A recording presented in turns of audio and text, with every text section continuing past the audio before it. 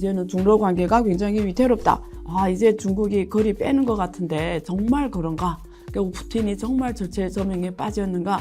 중국은 제일 러시아 우크라이나 전쟁에서 마지노선이 중국의 입장에서 뭐냐면 일타쌍피라고 하나요? 그 편 하나로 미국도 저격하고 러시아한테도 메시지를 준 거거든요. 네, 안녕하세요. 안유아의 앵글로 본 세상 안유아 쇼입니다.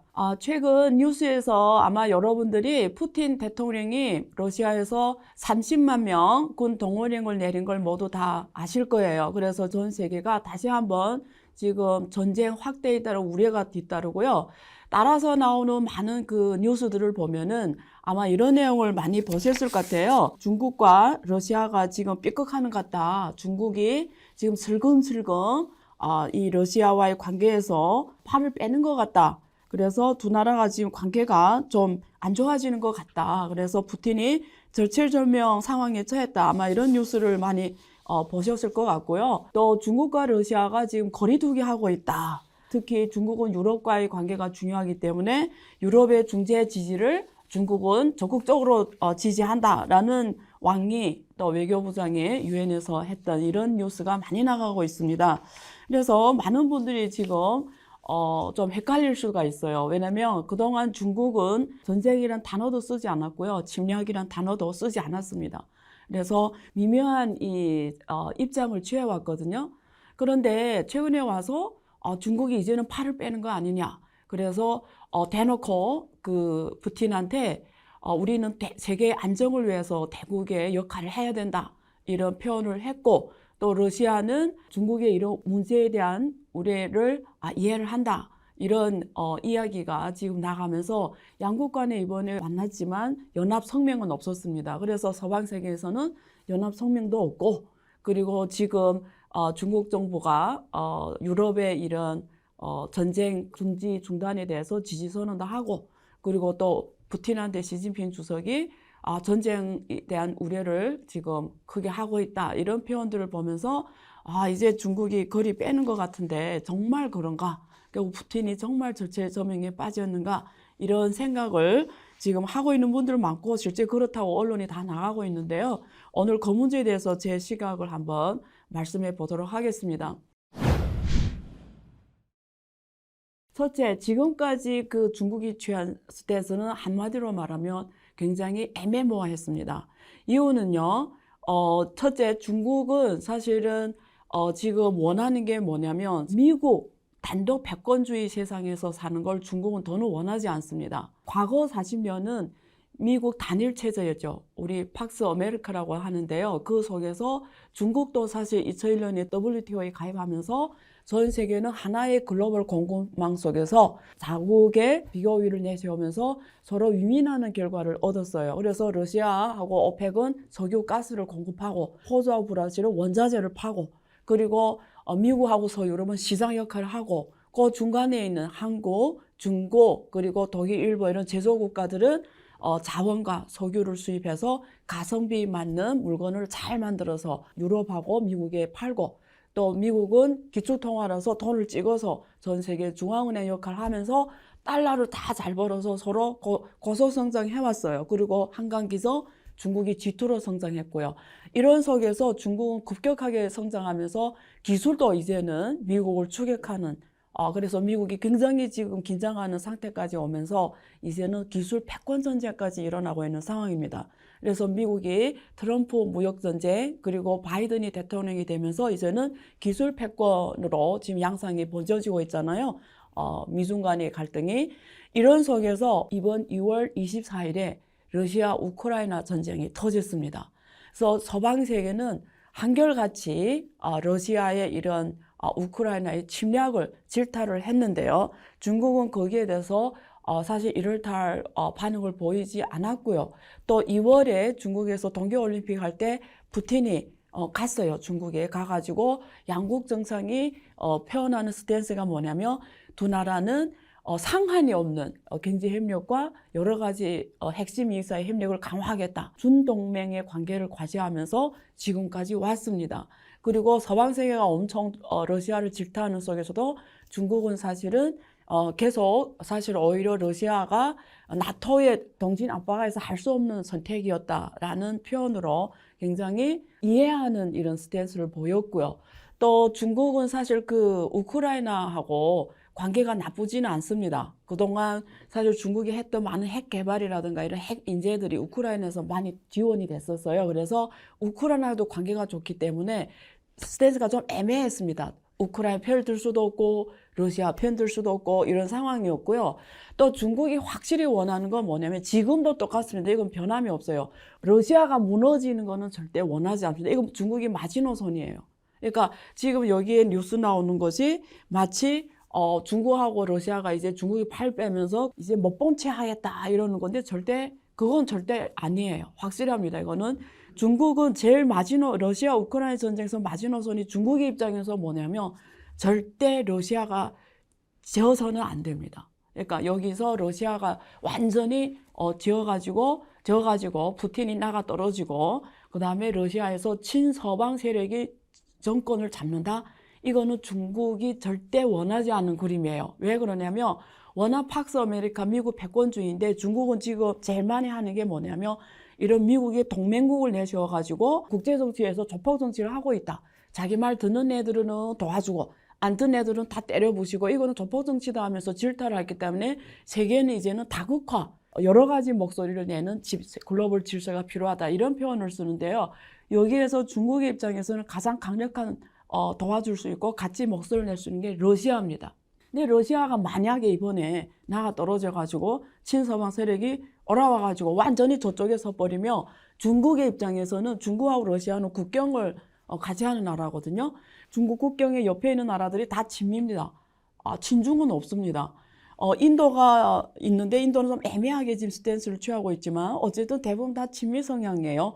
근데 러시아까지 만약에 푸틴이 나가 떨어져서 만약에 친미 성향의 누가 거기 정권을 잡는다 이러면 전체가 다 미국에 포위되는 양상이거든요. 그래서 중국은 절대 푸틴이 공경에 처해서 나가 떨어지는 거는 이건 마지노선이에요. 그런 일이 없도록 할 겁니다. 근데 중국이 왜 그러면 이번에 상황이 좀 미묘하게 표현을 했냐?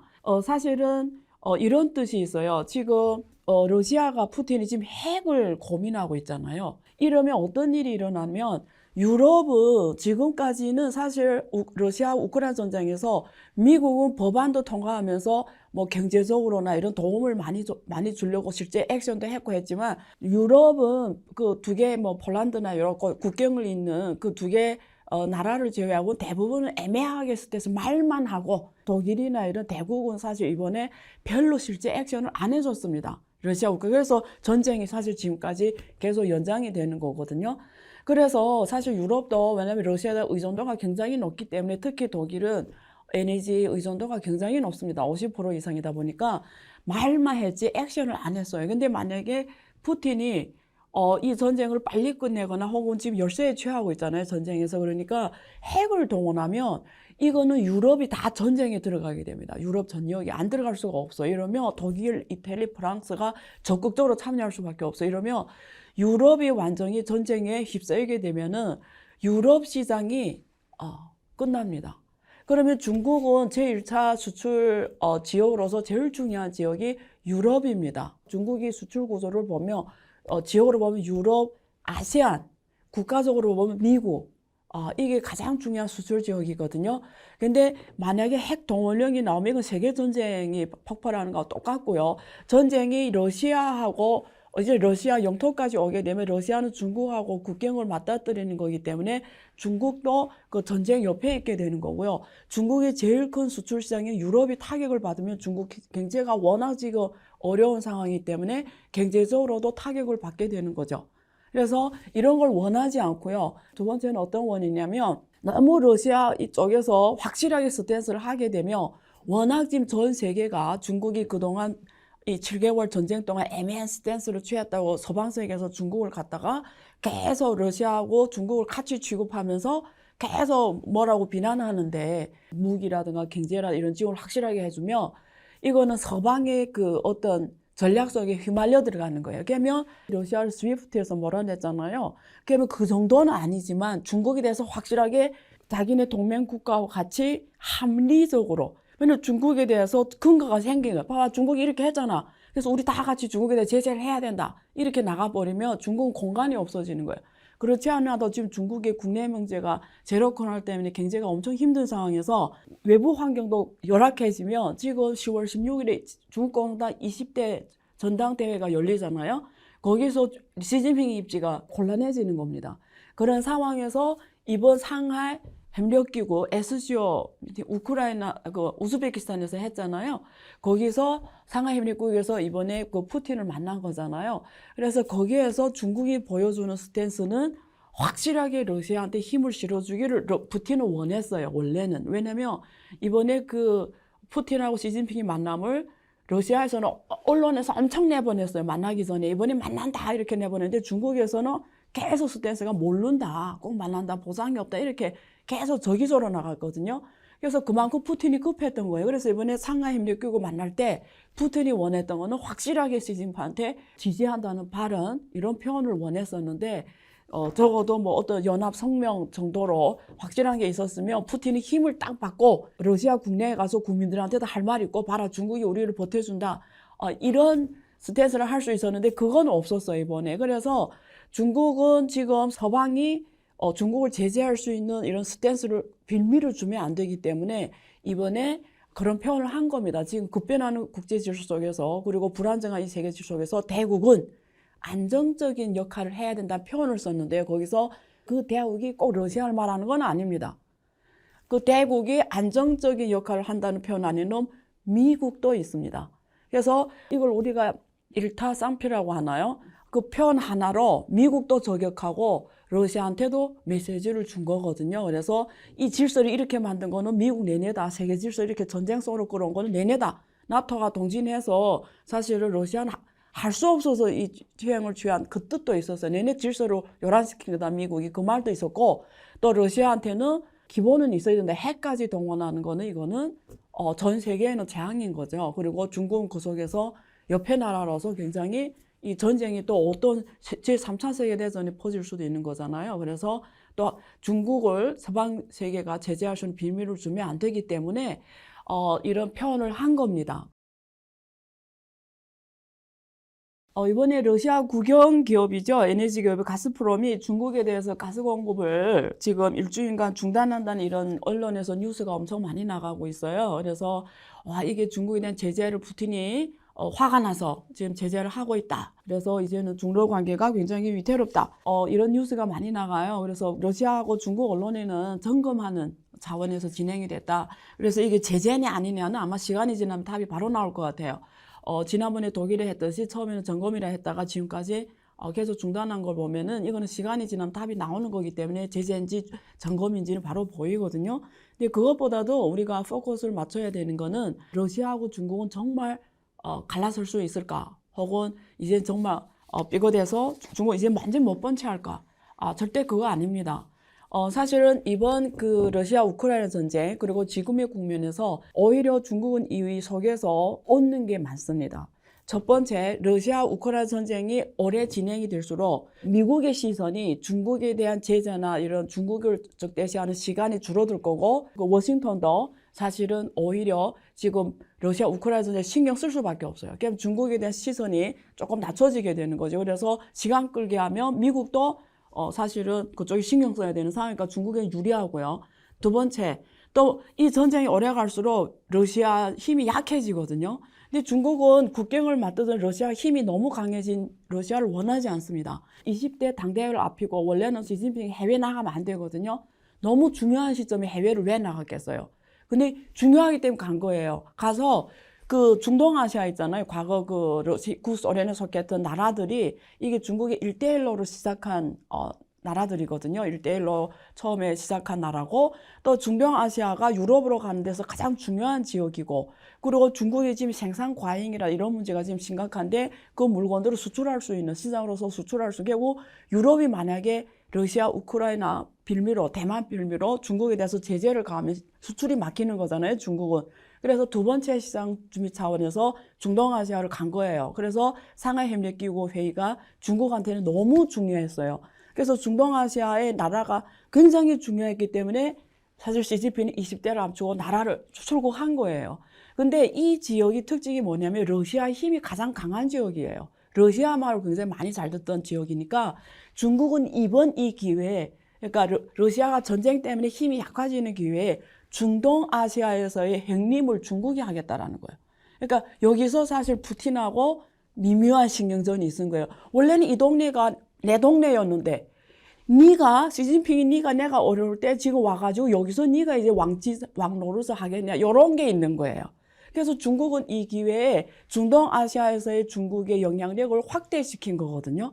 거기서 푸틴이 기분이 나쁜 거죠, 사실은. 근데 이게 중국한테는 두 번째 장점입니다. 그러니까 강한 러시아보다 약화된 러시아를 통해서 중동아시아에 유럽 나가는 여기 유러시아를 중국의 힘이 확실하게 지금 자리를 잡는 계기가 된 거죠. 두 번째 장점이고요. 세 번째는 이번에 러시아 우크라이나 전쟁 때문에 한국 삼성도 그렇고 미국 애플도 그렇고 러시아의 그 전자제품 공급을 끊었습니다. 그래서 지금 서방 세계 자동차, 전자제품, 한국의 삼성 스마트폰, 애플 이런 스마트폰이 러시아에서 판매를 중단했어요. 그러면 러시아 사람이 이거 써야 되잖아요. 누구 거 썼을 것 같아요? 중국의 스마트폰, 중국의 여기 모든 전자제품 다 중국 거 쓰고요. 자동차도 다 중국 자동차를 삽니다. 그럼 중국은 얼마나 더 중국 기업들이 워낙 지금 가장 큰 문제가 글로벌 진출이었거든요. 국제시장 진출이었는데 유럽, 미국, 한국이 던지고 나온 러시아상을 중국이 다 판매하는 거예요. 그래서 중국 간의 무역 규모가 2천억 달러까지 높아졌습니다. 126% 성장했거든요. 결국 러시아, 우크라이나 석유, 가스 가장 싸게 사온단 말이에요. 그럼 중국은 지금 세 가지가 좋잖아요. 워싱턴 시간을 끌어가고 수입력을 분산시키고 약해진 러시아 기회 속에서 유러시아에서 중국 입지를 확실히 하고 그렇죠? 세 번째는 러시아 시장을 중국이 하고 값싼 원자재를 공급받을 수 있고 그러니까 중국은 이게 이익이 더 큰 겁니다. 그렇기 때문에 절대 러시아하고 관계를 나쁘게 안 해요. 마지막 포인트 하나. 대만 정책법을 지금 미국에서 상원에서 통과시켜서 입에 하원 통해서 내년에 완전 법으로 나오면 그 다음에는 러시아하고 중국 완전 동맹으로 갈 겁니다. 그게 지금 내년의 관전 포인트예요. 왜냐하면 이때는 중국은 빌미가 생긴 거예요. 미국 내내 이렇게 했잖아. 이거는 완전 우리 내내가 하나의 중국을 지지한다고 해가지고 우리하고 수교를 79년 1월에 맺었는데 지금 대만 정책을 통과시켜서 얘네가 먼저 배신한 거야. 얘네가 먼저 잘못한 거야. 하나의 중국을 지지한다 해놓고 왜 대만 정책법을 통과시켜? 그러면 중국은 그때 가서 확실하게 러시아 편을 써도 돼요. 왜냐면 빌미가 있기 때문에. 그래서 관전 포인트가 내년이 될 건데요. 그 한마디로 말하면 중국의 입장에서는 무너지는 러시아는 절대 안 되고요. 그렇다고 강한 러시아도 아닙니다. 그래서 적당히 약화된 러시아가 중국한테는 최적이고요. 그러면서 세계에서 다극 체제에서 러시아 그리고 미국, 유럽 이런 이 세력지 간의 균형을 적절히 하겠다라는 게 중국의 전략입니다. 그러면서 중국 기업들이 글로벌 시장 확장 그리고 유러시아 등 지역에서의 중국의 세계 정치 지배 구조에서 영향의 확대 그게 지금 기회라고 보는 거예요. 그래서 중동아시아 이 나라들은 앞으로는 스탠스가 확실해요. 시장은 중국이라고 봅니다. 중동아시아는 이 김에 중국과의 협력을 통해 중국은 돈도 있죠. 시장도 크죠. 그리고 이 김에 러시아에서 영향력에서 좀 더 자유로워져서 사실은 이 중간지대 자기네 역할도 확대하면서 중동아시아가 필요한 산업 자본 기술 미국은 너무 앞에 IP 특허 쪽을 하기 때문에 중동아시아 별로 필요한 거 많지 않아요. 근데 중국의 그 산업구조, 중국의 이런 기술들이 지금 중동아시아에 제일 필요한 겁니다. 그래서 협력이 중국이 오히려 더 급해요. 중국과의 협력이. 그래서 중동아시아는 이 김에 중국과의 협력을 강화하면서 또 러시아 영향에서 벗어나는 이 전략인 거죠.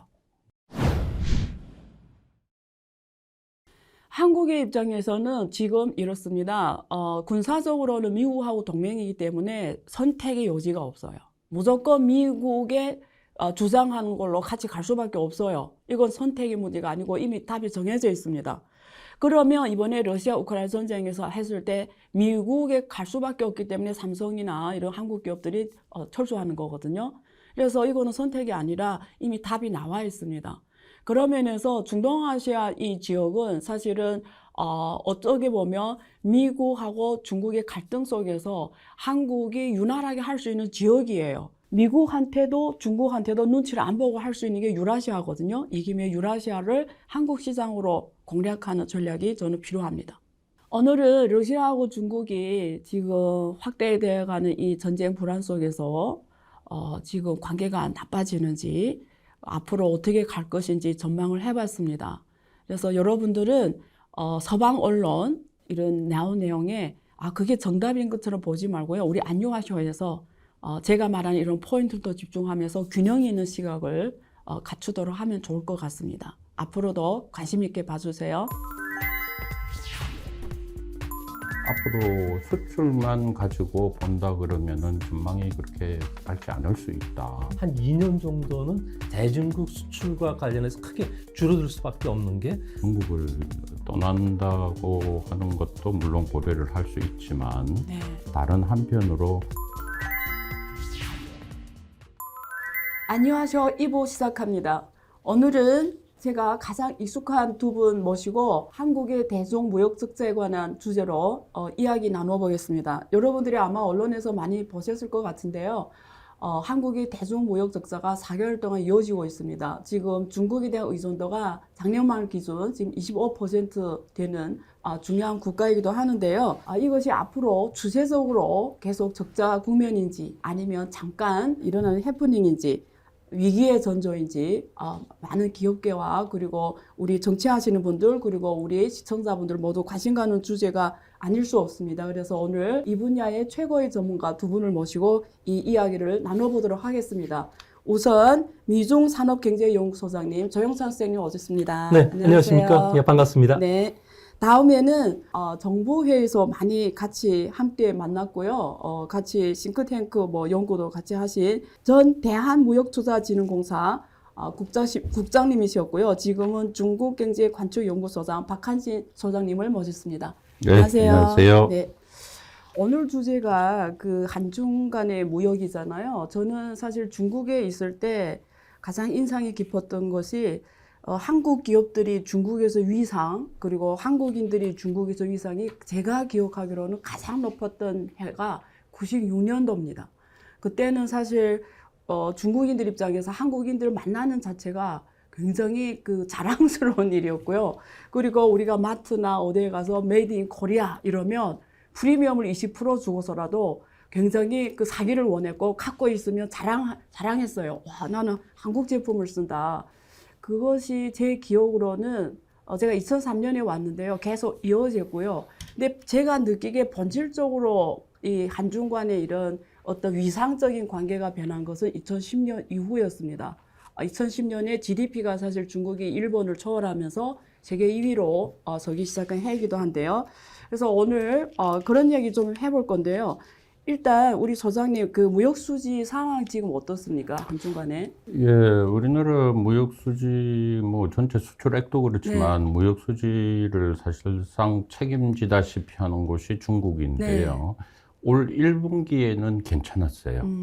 오히려 작년 1분기보다도 높았습니다. 네. 그런데 사실은 지금 돌이켜 보니까 이미 그때부터 금액은 조금 괜찮았지만 중량이 있잖아요. 네네. 그 수출이라는 건 항상 저 금액하고 무게를 같이 그렇죠. 봐야 되거든요. 그래야지 그게 시세에 의한 것인지 다른 요인이 그렇죠. 있는 것인지 다를 수가 있는데 그때부터 이게 조금 내려가기 시작을 했어요. 그래서 4월 달에 이제 2분기 돼서 4월 달에 되니까는 거의 한 자리 숫자로 내려가더니 이게 5월부터 지금 8월까지 4개월 연속 지금 마이너스를 크게 쳤습니다. 다만 이제 조금 다행인 것은 6월, 7월 되면서 좀 꺾어진 게 보인다는 것이죠. 그래서 이게 단기적으로 어떤 충격 요인이 조금 강하게 있지 않았나 하는 이제 생각을 하게 되는데 문제는 지금 불과 4달을 가지고 이렇게 판단을 하기에는 그렇죠. 조금 9월이 또 좋아지지 않았어요. 9월은 또 그렇습니다. 9월에는 또 이제 큰 폭으로 맞습니다. 늘었지요. 그래서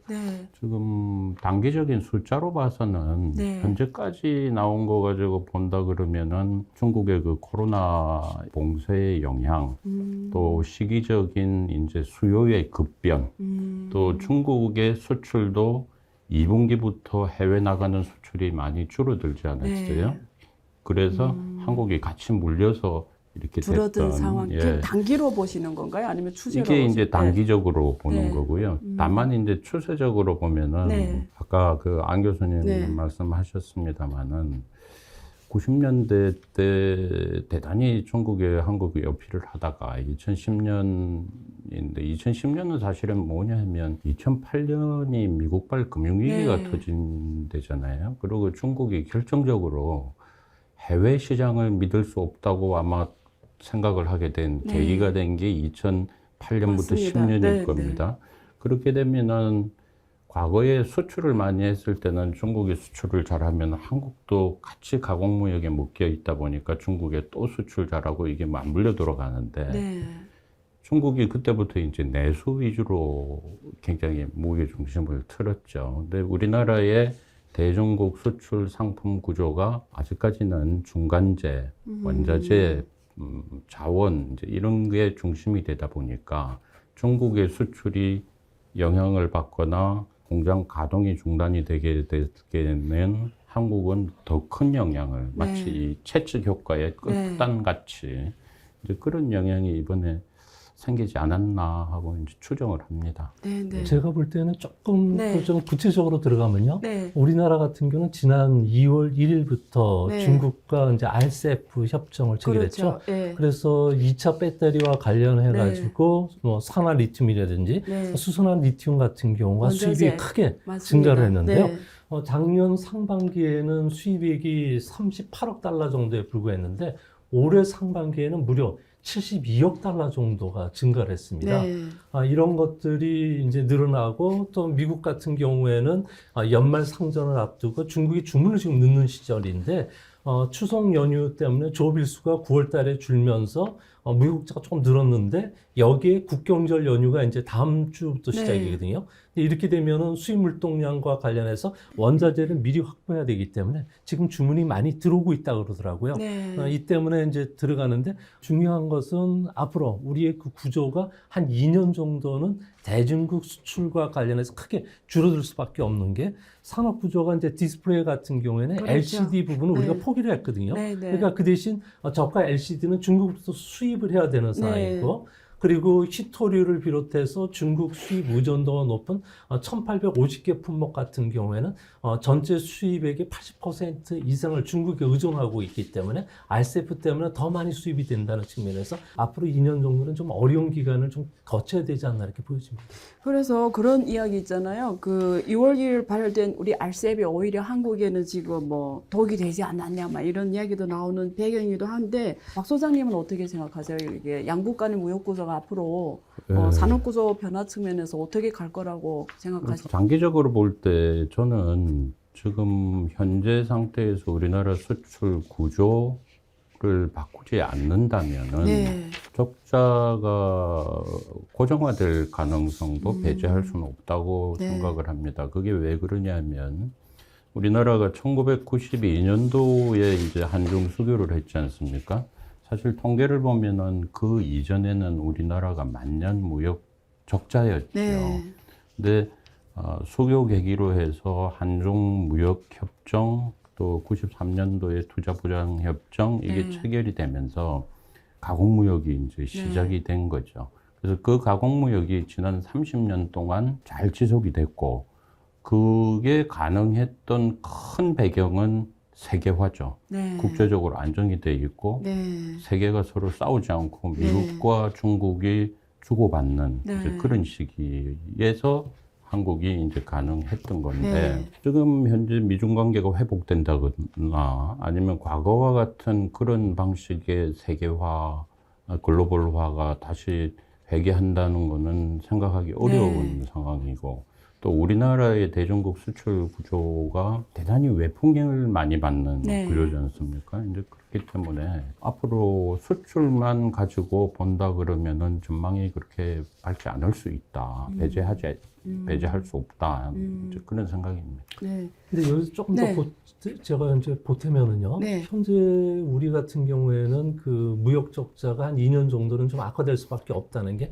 경기 요인적인 측면에서 보면요. 네. 뭐 코로나 문제 그리고 코로나 팬데믹 2019년도와 지금 네. 현재 전 세계적으로 재택근무자들이 크게 늘어났거든요. 네. 네. 그러니까 미국 같은 경우는 5.7%가 2019년도가 재택근무자인데 맞습니다. 지금은 네, 17.8%까지 맞습니다. 올라왔어요. 네, 네. 근데 그 이야기는 무슨 이야기인가니?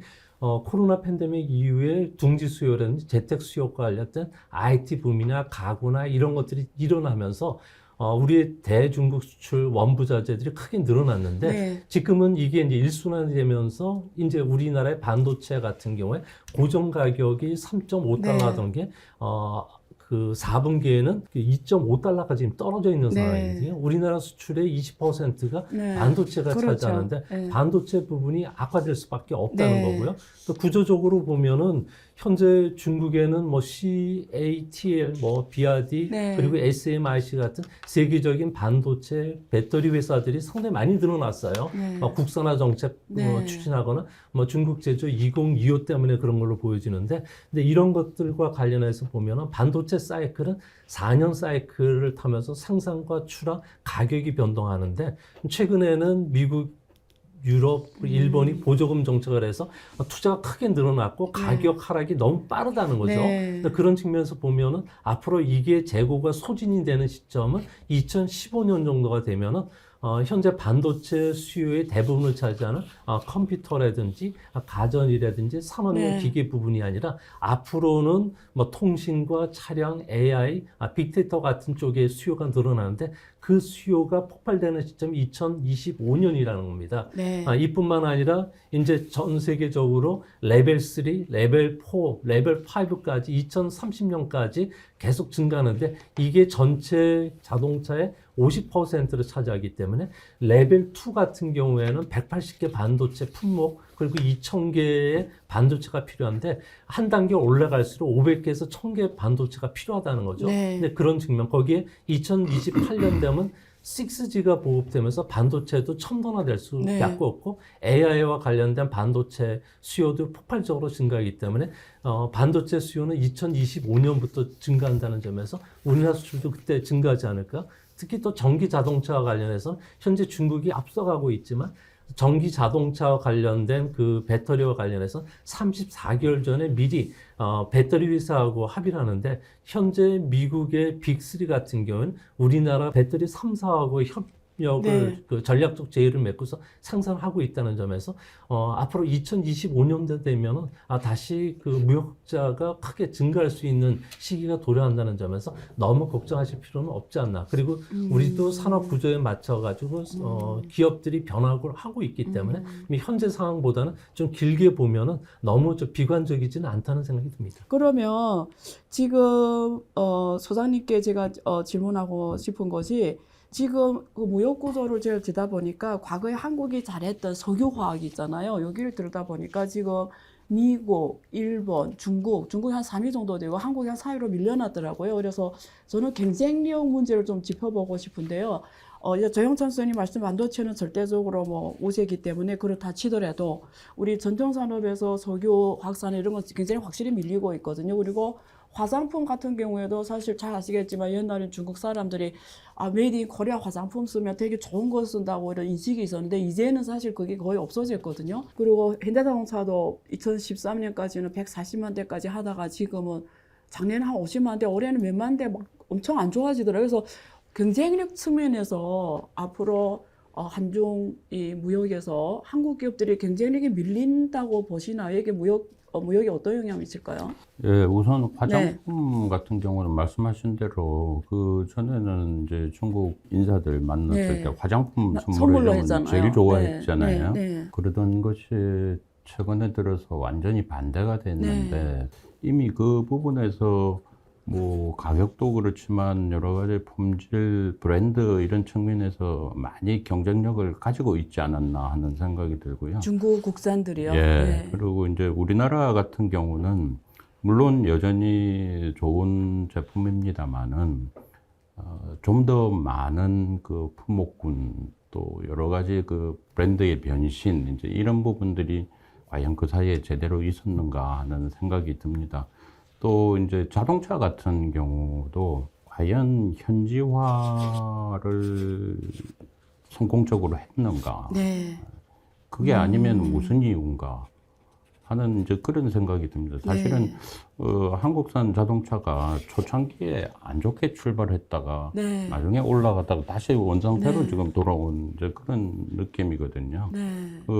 이것뿐만이 아닙니다. 여러 가지 이제 뭐 식품류라든지 한때 아주 대표적으로 우리가 꼽던 품목들도 최근에 많이 이 힘이 빠져서 우리 언론에서 연락하면 인터뷰를 자양할 정도가 얘기가 나오고 있거든요. 그래서 이제 그렇다 그러면 단순히 우리가 경쟁력에서 뭐 밀렸다 이제 이렇게만 보기보다는 네. 과연 우리 전략상의 시장 진출 전략상에 뭐 어떤 문제점이 있었던가 하는 그거 짚어봐야 되겠네요. 예, 시장 마케팅, 뭐 네. 현지화 이제 이런 차원에서 한번 보고 싶고요. 네. 또 이제 전반적으로 무역 수지가 우리나라가 악화된 게 이렇게 보면 사실은 예, 우리가 들어가는 품목군하고 또 많이 수입하는 품목군이 거의 같아요. 네. 그 산업 내 교역이 많다 보니까. 근데 이거는 우리만 그런 게 아니고 미국도 그렇고 일본도 그렇고 뭐 네덜란드 같은 나라까지도 다 그렇게 돼 있거든요. 그게 결국은 이제 가공무역을 많이 했거나 아니면 세계화의 이점을 충분히 활용했을 경우에 이게 그 패러독스에 네. 빠질 수가 있다는 네. 거죠. 그런 게 여러 가지 충격 요인으로 해서 이번에 좀 강하게 나타나지 않았나 하는 이제 생각을 합니다. 네. 다만 그런 요인도 있을 테고 제품 자체의 경쟁력에서 어떤 변화가 있는지 네. 또 한 가지는 기업의 마케팅 전략 측면에서 네. 문제는 없는지 오케이. 뭐 여러 네. 가지 차원을 짚어봐야 되겠죠. 여기 오기 전에 네. 조금 기업인들하고 전화를 한 적이 네. 있었는데요. 특히 그 화장품과 관련해서 이야기를 네. 들었는데 중국 안에서도 가장 중요한 게 그 신화장품 감독 관리 조례가 네. 올해가 이제 통과되면서 네. 안전 생산이든 품질 관리 또 광고 규제가 되는데 한국 같은 경우에는 한류 그 스타들을 이용한 광고도 못할 뿐만 아니라 효용과 관련돼서 레벨에다가 부착을 표시를 해줘야 되는데 표시를 못하고 중국 제품을 하고 있다는 거죠. 또 온라인 수익과 관련해서도 상당히 그 제약을 받고 또 중국 기업들 같은 경우는 상당히 한국 따라하기를 너무 잘한다는 겁니다. 네. 그러다 보니까 쩐의 전쟁에서도 지면서 시장을 좀 잃게 되는 것도 있는데 문제는 이런 것들이 회복이 되기에 상당히 힘들다. K부츠 같은 경우에는 반전의 카드가 없다는 얘기를 하는데요. 뭐 K드라마라든지 네. K시네마, K팝 그리고 단체 여행도 중단이 된 상태이기 때문에 K뷰티 한류를 다시 창출하기 위해서는 시간이 상당히 걸리지 않을까. 또 중국 안에서도 애국 소비가 현재 확산이 되고 있고 외국 제품 불매 운동이 우리가 생각한 것보다 아주 심각하게 일어나고 있다는 이야기를 하더라고요. 그래서 전반적으로 한국 제품 정밀화를 비롯해서 많은 제품들이 경기적인 요인도 받겠지만 비관세 장벽에 상당히 노출이 되고 있기 때문에 당분간 1, 2년 정도 상당히 힘들지 않을까. 특히 내년도 되면은 시진핑 주석의 상기 임기가 시작이 되면서 중국 안에 70만 명의 사무관 그리고 뭐 서기관 그리고 국장들의 인사가 대규모로 있는데 이 사람들이 실무자인데 이 사람들이 과연 시진핑의 의도에 그 반하는 정책을 펴면서 한국 제품과 관해서 규제를 풀어줄까? 그건 아니라는 거죠. 그래서 내년도에도 어렵다는 얘기를 하더라고요. 사실 이 문제에 관해서는 이런 문제 지적이 많아요. 우리 한국 제품에 대해서 지금도 사드 이슈가 계속 있고 애국심 발동이라든지 이제 말씀하신 보이지 않는 그런 장벽 규제를 통한 정책을 통해서 자국 기업한테는 주면서 외국 기업한테는 잘 주지 않는 이런 것들이 불공평 경쟁 이런 문제가 중국 내에서 늘 이슈로 제기받고 늘 존재해 왔습니다. 근데 제 같은 경우에는 말씀드리고 싶은 것이 이번에도 그 애플이 스마트폰 새로운 그 행을 내놨잖아요.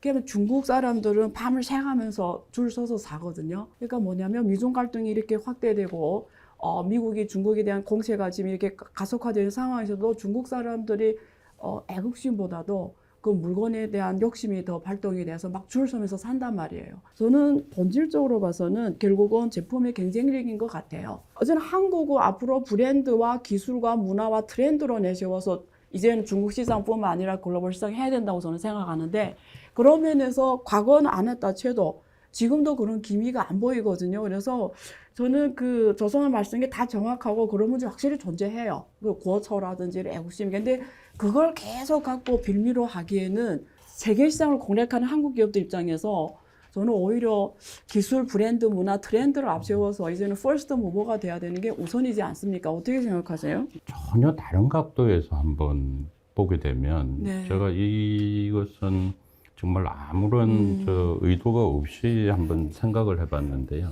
우리나라의 경우를 한번 되짚어 보자는 네. 것이죠. 이게 중국이 꼭 그렇게 되리라는 법도 없고 잘 알 수는 없지만 한국이 사실은 문화 콘텐츠 같은 경우 1970년대까지는 할리우드였잖아요. 네. 근데 1980년대에 들으니까 홍콩 느와르가 완전히 맞아요. 압도를 했죠. 네. 1988년도에 서울올림픽을 하고 나니까 그다음부터 흔히 말하는 오빠 부대가 생겼거든요. 네. 젊은이들이 더 이상 외부 것을 찾지 않는다는 그렇죠. 것이죠. 네. 그래서 과연 이런 현상이 뭐 실제 사례가 많이 없기 때문에 일반화하기는 굉장히 어렵지만 중국의 경우를 과연 정치적인 국제관계적인 문제로만 볼 것인지 아니면 이게 이제 사회의 진화 과정에서 나타날 수 있는 현상인 네. 것인지 이제 이런 부분에 대해서는 조금 우리가 잘 봐야 되고 네. 역시 아마도 제품의 경쟁력은 저 제품이 잘 팔리는 것이죠. 저도 안 교수님과 이제 상당히 뭐 비슷한 지금 생각을 하고 있는데 다각도로 좀 봐야 될 필요가 네. 있다 봅니다. 좋은 말씀이고요. 우리 조 소장님께 여쭤보고 싶은 것이요. 그 말씀하신 대로 그런 현실적인 장애가 지금 또 기업들 측면에서는 구체적인 거잖아요. 그러니까 우리가 길게 봤을 때는 이런 거지만 또 실제 기업하는 사람들 이런 하나하나가 굉장히 큰 어려움이잖아요. 말씀하신 대로. 그러면 그런 거를 우리가 어떻게 하나 지금 다 극복을 하면서 한국 브랜드가 중국 시장뿐만 아니라 여기 뭐 인도라든지 글로벌 시장을 나가야 되는데 우리 저자님께서 보시기에는 어떤 방향으로 앞으로 우리 기업들이 이런 것들을 극복해야 된다고 보시는지요? 뭐 지금 네. 현재 그 전 세계적인 네. 조류는 앞으로 10년 정도는 네. 이념이나 가치를 중시하는 동맹국 간의 공급망 구축하는 쪽이 대세가 될 수밖에 없습니다. 네. 이 때문에 중국을 의존도를 높이는 공급망에서 이제는 어느 정도 고통이 따르더라도 다른 나라로 가는, 그러니까 차이나 플러스 1, 2, 3로 이제 나간다는 거죠. 그러니까 차이나 플러스 1은 중국을 대체하는 아시안이라든지 서남아시아로 이동을 한다든지, 차이나 플러스 2 같은 경우에는 아예 소비처인 미국이나 그리고 유럽 시장으로 들어간다는 거고, 차이나 플러스 3 같은 경우는 제3의 그 단지를 만든다는 건데, 이런 그 과정을 보면은 앞으로도 새로운 무역 질서가 형성이 되고, IPEF라든지 치포 동맹이라든지 또 6G 동맹 같은 배터리 동맹들로 계속 확산이 되기 때문에 앞으로는 이런 흐름이 계속 진행이 될 수밖에 없지 않나 보여집니다. 뭐 그런 측면을 보면은 뭐 우리나라도 중국의 의존도가 높은 품목들 같은 경우에는 그냥 분산을 시켜야 되는데 이 흐름을 따라가지 않으면 무슨 문제가 생기는 거니? 애플 같은 경우에는 중국 아이폰 생산이 95%를 차지하고 인도가 3.5% 차지하는데 매년 3에서 4% 정도 올리겠다는 겁니다. 네. 근데 이 흐름에 같이 동참을 하면은 애플과 관련된 제품에 K 제품들이 들어갈 수가 있기 때문에 같이들 이동을 할 수밖에 없고, 또 이런 흐름은 우리뿐만 아니라 호주나 뉴질랜드, 일본, 싱가포르, 필리핀뿐만 아니라 미국과 가까운 아시아 국가들을 중심으로 해서 지금 해처 모여를 하고 있기 때문에 이렇게 이제 크게 변하는 시장에 우리가 빨리 적응하고 또 전 세계 글로벌 공급망이 개편하는 가운데 우리가 빨리 적응할 수밖에 없지 않나 이렇게 생각이 듭니다. 네. 그 지금 앞에서 먼저 말씀하신 내용은 공급망 차원에서 말씀하신 것 같아요. 그래서 글로벌 공급망이 과거 하나의 세계적인 공급망에서 지금 이념과 가치 중심으로 지역별 공급망으로 지금 분열이 되는 것 같습니다. 그래서 그런 면에서 충분히 공감하고요. 그리고 말씀하신 대로 차이나 플러스 원 이런 거는 2018년 사실 미중 갈등이 시작이 되면서 기재부나 이런 데서 한국 정부가 엄청 지금 노력하고 있는 걸로 알고 있어요. 근데 제가 당시에 그래서 조사를 해본 적이 있거든요. 과연 중국 시장 안 하고 이런 제3세계에서 이 시장 확대를 통해서 줄어져가는 중국 시장을 커버할 수 있는지 당시에 제가 자세하게 조사한 적이 있는데 제가 그때 놀랬던 게 뭐냐면 이미 갈래들은 다 갔더라고요. 무슨 뜻이냐면 역시 학자들이나 이 공무원들이 이 책상 앞에서 연구하다 보니까 차이나 플러스 원 이런 거 말은 좋은데 이미 기업들은 차이나 플러스 원 하고도 남았다라는 거죠. 이미 하고 있는데 지금 뭐 중국이 저런 데서 가서 더 개척한다 이런 그거는 말뿐이 분하지 않겠다. 이미 하고 있었고 오히려 지금 중국계와 치열하게 경쟁하고 중국이 많이 올라가고 있더라는 걸 그때 느껴서 제가 기재부한테 그런 전략은 현실성은 없습니다. 그런 얘기 한 적이 있거든요. 그래서 저는 사실 한국도 이제는 과거 이런 노동밀집형 그리고 좀 이렇게 가성비가 좋은 이런 데서 이제는 이게 중국이 막 치고 올라오면서 경쟁력이 지금 사실은 더 강화돼 가야 되니까 지시밀집형으로 더 가야 되거든요. 퍼스트 무버로 간다라는 거는 IP 집약형으로 가야 되는 건데 그 시장이 어디냐 이거예요. 그러니까 우리가 사실 이런 얘기하기는 좋은데 현실성이 좀 많이 결여되어 있다. 어떻게 보세요, 우리 소장님은? 우리나라가 여전히 중국에 대해서 무역 적자를 보던 시기에 92년도에 낸 책에 네. 그 서문에다가 이제 그런 얘기를 썼습니다. 당시에는 한국이 적자였어요.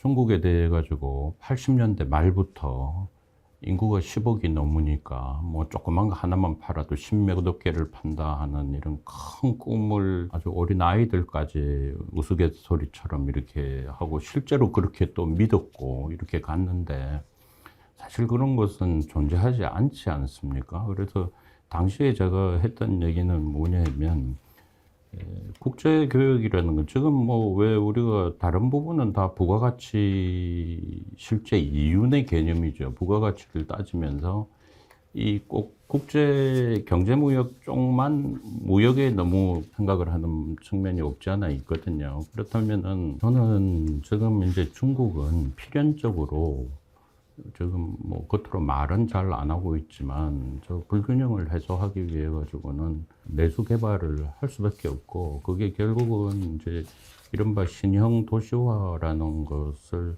할 겁니다. 우리 국내에서는 뭐 여러 가지 정치적인 저 배경의 이유로 가지고 이미 사라졌다고 얘기를 하는데 절대 그렇지 않고 국내 내수 정책의 뭐 가장 핵심인 걸로 저는 이해를 하고 있거든요.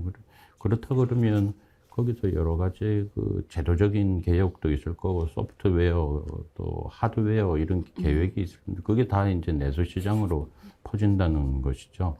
또 한 가지 이제 주목이 되는 게 중국의 국내 경제에서 가장 큰 문제점이 저는 단순히 소비 시장 확대는 아니라고 생각을 하고 격차 해소라고 보거든요. 네. 그 격차 해소 차원에서 신형 도시화 정책을 이른바 해서 잘하는 도시 하나에다가 옆에 조금 그렇지 못한 도시를 묶어서 이런 걸 여러 개 만든다는 것이죠. 그리고 이렇게 하다 보니까 과거에 우리가 동아시아 국가 전체가 일어나던 이른바 그 동아시아 기러기 모형이라는 거 있었잖아요. 네, 기러기 핀데 이런. 네. 기러기 네. 이제 일본이 제일 먼저 가고 아시아 맞습니다. 사룡이 가고 네. 중국, 맞습니다. 동남아 이렇게 네. 갔던 게요. 그게 사실은 산업 이전 이론이죠. 그렇죠. 근데 그게 사실은 탈중국해서 안 보여서 그렇지 실제 중국 안에서 그게 지금 일어나고 있잖아요. 있다는 맞습니다. 것이죠. 중서부, 뭐 예. 동부하고 서부. 예. 그래서 제가 좀 한번 건의를 드리고 싶은 것은 네. 중국을 떠난다고 하는 것도 물론 고려를 할 수 있지만 네. 다른 한편으로 한두 시간만 더 가면 두세 시간만 더 가면 충분히 기존의 인프라를 다 누리면서 시장은 또 앞으로 기대를 해가면서 이제 이런 걸 할 수 있지 않나. 안 교수님 너무나 뭐 잘 아시고 제가 앞에서 이런 말씀을 드려서 조금 그렇습니다만은 중국의 지엠부단 리하이란 네. 있잖아요. 끊을래야 끊을 예. 수 없는 게 맞습니다. 이게 이제 네. 국제 간의 이런 맞습니다. 연계 관계인데 그렇다 그러면 시장에 좀 한번 제대로 해봐야죠. 네. 아직까지 뭐 제대로 벌어진 게 아니고 우리가 공장으로만 이용을 했죠. 언제 한번 시장으로 해봤습니까? 근데 본격 그런 시장을 부분에서, 해볼 필요. 예, 뭐 현지화하기 시작하면 할 일이 너무나 많을 겁니다. 네. 당장 우리 주재원들 현지인들하고 일상생활부터 가깝게 해야 될 겁니다. 그리고 흘러가는 바람에도 거기 정보를 알아들을 수 있는 언어 능력, 네. 또 한국 친구보다도 중국 친구를 더 많이 만나야 되는. 네. 근데 과연 이런 부분에서 우리가 이때까지 잘 해왔던가 하는 이제 뭐 우리 모두의 한번 생각을 다시 하게끔 하는 거죠. 정말 좋은 말씀이고요. 그 현지화 속에 답이 있다. 그리고 지금 삼성이 들어간 서안 쪽 그쪽 가면 아직도 월 소득이 리커창 총리 이야기한 것처럼 전유화되는 사람이 6억 명이 있다 할 정도로 풍부한 노동력이 있기 때문에 현지 시장 확대 속에 기회가 있을 것 같고요. 마지막으로 우리 조영찬 소장님한테 여쭤본 건 금융시장 쪽인데요. 지금 원화 환율이 보니까 막 1,400 막 중반대로 가고 저는 사실 지금 당사자인데요. 굉장히 손해를 많이 보고 있는 상황입니다. 그래서 지금 어쩌면 원래는 원화 가치가 떨어져 수출이 좋아져야 되는데 지금 그런 거 명확히 보이지 않고요. 그리고 오히려 저는 지금 한중 간의 무역 수지는 줄어들지 몰라도 오히려 앞으로 금융 수지 쪽은 한국이 또 저는 기회가 있다고 봅니다. 그래서 금융 수지를 늘리는 방향 쪽에 또 기회도 있을 것 같은데 뭐 연관지어서 워낙 또 금융시장 전문가시잖아요. 많이 하셨고 그래서 금융 쪽으로 좀 한중 간의 관계 또 이런 얘기 좀 부탁드리겠습니다. 네, 원화 같은 네. 경우에는 지난해 말 1,188원이었거든요. 네. 현재는 1,420원이니까 20% 넘게 지금 떨어져 있는 상황입니다. 네. 이제 문제는 지금 현재 원화가 1,400원 선은 그냥 통과점이지 1,450원에서 1,500원 선까지 들어간다는 게 시장의 공통적인 컨센서스거든요. 네. 아무래도 미국이 금리 인상을 앞으로도 계속 진행을 할 네. 수밖에 없고 금리차 확대에 따른 영향을 좀 받을 수밖에 없습니다. 근데 문제는 원화 가치가 떨어지면 우리 수출 제품의 가격 경쟁력이 올라가야 되는데 네. 우리가 지금 이야기했듯이 전 세계적으로 인플레이션 상황에서 그 코로나로 인한 가수요가 이미 일단락이 된 상황입니다.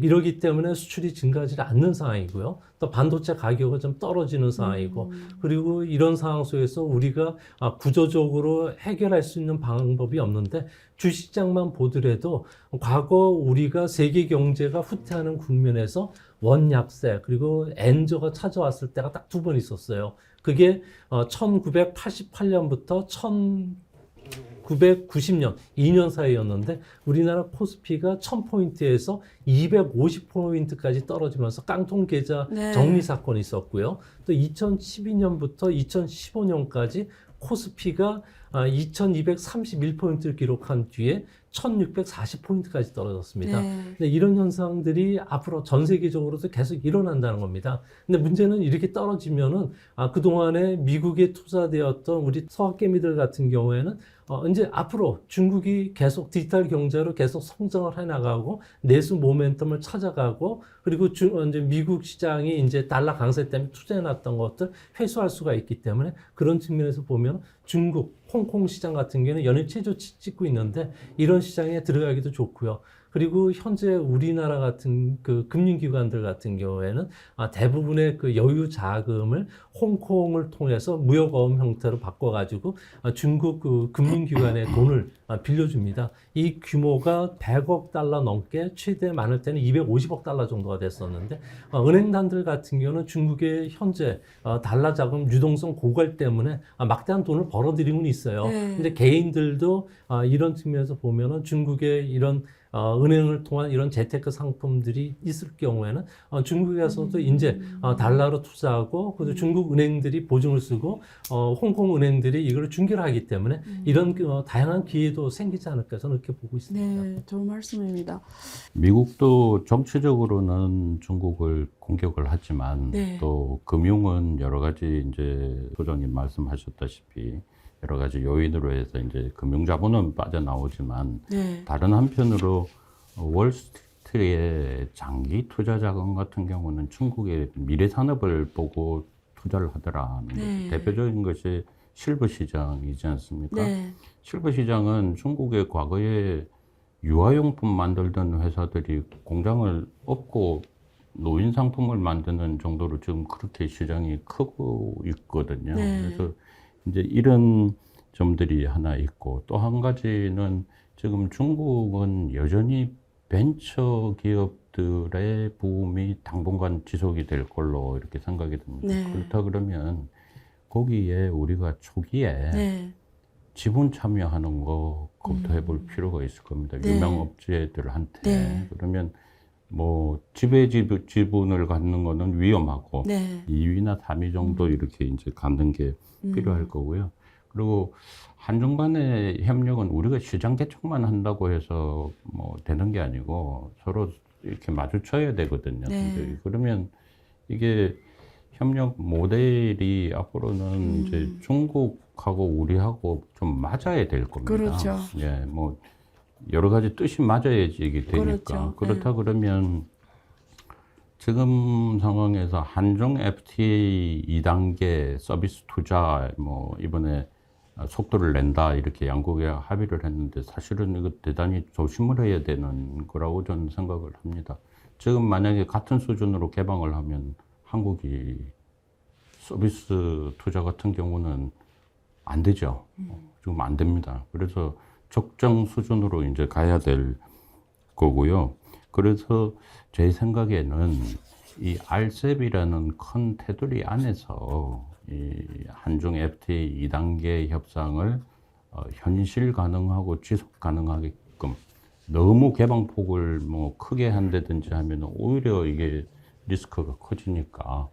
근데 제도적으로는 이제 그런 측면이 좀 뒷받침이 됐었으면 좋겠습니다. 네, 제가 그 두 분 좋은 말씀을 너무 많이 해주셨습니다. 그래서 간단하게 요약을 해드리겠습니다. 오늘 주제는 대중무역 적자가 단기 현상인지 장기 현상인지 그리고 우리가 어떻게 해소를 해야 되는지 이런 이야기를 중심으로 나누어 봤는데요. 요약하면 그런 것 같습니다. 전반적으로 봤을 때는 지금 산업 경쟁력의 변화도 있었고요. 그리고 또 특히 전통산업 같은 경우는 경쟁력이 변하면서 중국 국산화가 많이 올라온 부분도 있고요. 그럼에도 불구하고 또 미래 산업이 IoT라든가 4차 산업 중심으로 그리고 자율주행 이런 것들이 커지면서 한국이 잘하는 반도체 이런 쪽은 2025년 이후로 또 다시 한번 좋아질 수도 있다. 이런 이야기도 나왔고요. 또 현지화 생산, 현지화 시장 확대 이런 걸 통해서 한국 기업들이 좀 더 현지화 기회를 찾아보는 것이 하나의 대안이 될 수도 있고요. 또 그동안 우리가 주목하지 않았던, 예를 들면 이번에 K방산이 잘 되는 것처럼 중국이 급속하게 성장하는 디지털 경제 속에서 한국 기업들이 또 그걸 하나의 기회로 활용해서 중국과의 경제 협력을 강화하는 이런 노력도 많이 필요한 것 같습니다. 안유화의 앵글로 세상을 해석하는 안유화쇼 어땠습니까? 많은 시청 부탁드리고요. 다음에도 기대해 주십시오. 감사합니다. 네, 감사합니다. 감사합니다.